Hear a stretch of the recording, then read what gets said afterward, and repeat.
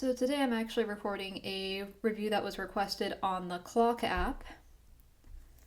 This is the Aula F75 Max keyboard, which I purchased off of Apple Maker's Amazon store. I think it's Apple Maker's store, but it could be Aula's as well. One of the two.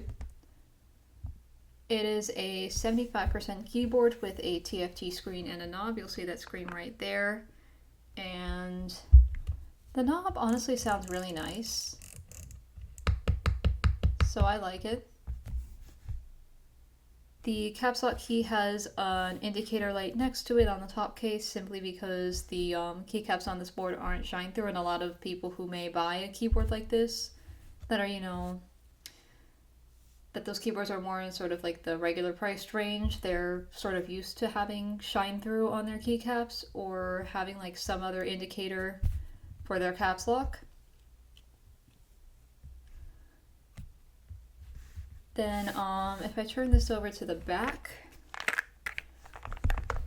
you'll see that the bottom case has double stage kickstand feet.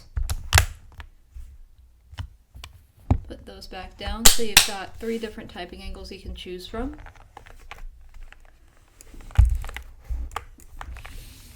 The keyboard does connect wirelessly and wired. So for wired, obviously you've got your typical Type-C cable that you can plug in. Then for wireless, you can choose between 2.4 gigahertz, which uses a dongle like this one, a USB dongle, or Bluetooth, which you would use pairing shortcuts in order to connect your keyboard to your computer.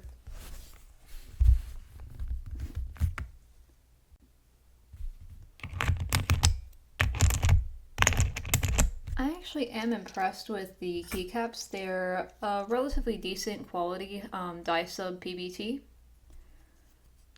So they're not double shot, but they're definitely not bad. They've got a good thickness to them. And the legends are, for the most part, clear and crisp. And I don't think that the font of the text itself looks particularly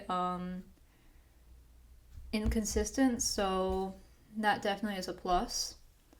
I also like some of the cute little fish designs that they have on some of the modifier keys. The switches are the Leobog Reaper switches. The Leobog Reaper switches, and they sound like this in the board.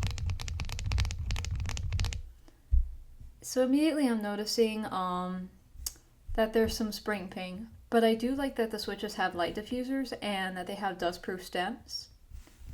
I just think I may want to throw these in a bag with some spring oil later on, or just swap the switches out altogether. And as I'm putting these back on, you'll probably have noticed already that the keyboard has a clear polycarbonate plate, which is a very good thing, because that helps to make the keyboard more flexible, in addition to gasket mounting, which this keyboard is also gasket mounted. And I did forget to mention, it comes with extra Reaper switches, a keycap and switch puller, and a USB-A to USB-C cable that I don't know what happened to it. So just imagine in your mind your typical white USB-A to USB-C cable with a little like connector at some point along it. Now I was going to open this board up, but the knob will not move, so we're going to move on from that. I prefer a wire connection, so I've plugged my keyboard in with a USB-C cable. So the RGB is pretty bright. I will give them that. I do enjoy the brightness of the RGB, and that is relatively adjustable. So to change your lighting effect, you're going to use FN/. To change the color, you're going to use FN tab. To lower brightness, you're going to use FN with the down arrow. To bring it back up, you're going to use FN with the up arrow. Then to slow down the light, actually no, I'll speed it up first because it's already pretty slow. You're going to use FN with the right arrow.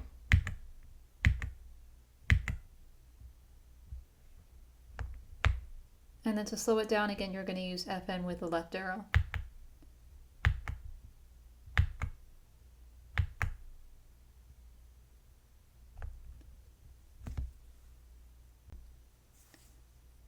Let's hear how it sounds.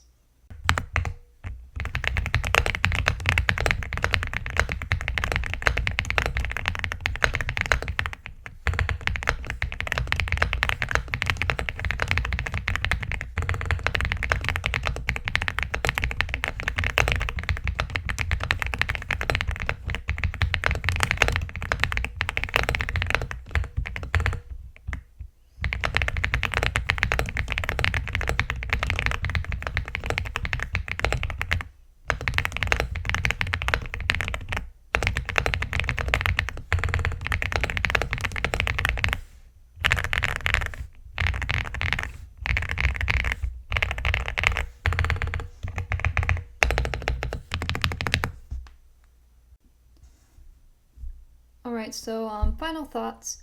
This definitely is not a bad keyboard for $60. I think it was roughly $60. My only complaint, really, like out of everything, is the spring ping. Most people who are buying their first keyboards aren't necessarily looking for a modding keyboard, so the fact that it's difficult to open up isn't really a massive issue. But if you want a modding keyboard, I would recommend something like one of the really basic sort of like Unity models, or there are some cheap models like the RK61 that are very easy to mod. I have too many of those. But yeah, overall pretty good. Just the spring ping is so obvious. So I would, again, lube these springs with oil or just swap them out altogether. Other than that, the case is of a decent quality for being plastic, and the keycaps are also of a decent quality, especially for the price point. I just wish they had like a little bit more texture that would help you sort of like have an easier time feeling where your hands are while typing. And as for the software, I have not heard anything good about the software, so I have not tried it. One thing to note is that, at least for me, the clock on the TFT screen is 3 hours behind, and I see that the date reads as March. It is July. So the screen is really for aesthetic purposes, to be honest, unless you want to,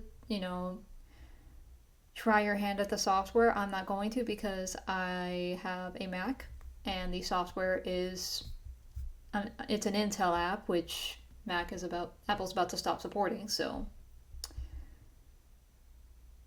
yeah, good starter keyboard. Just know that the time on the screen is not going to be accurate unless you download the software.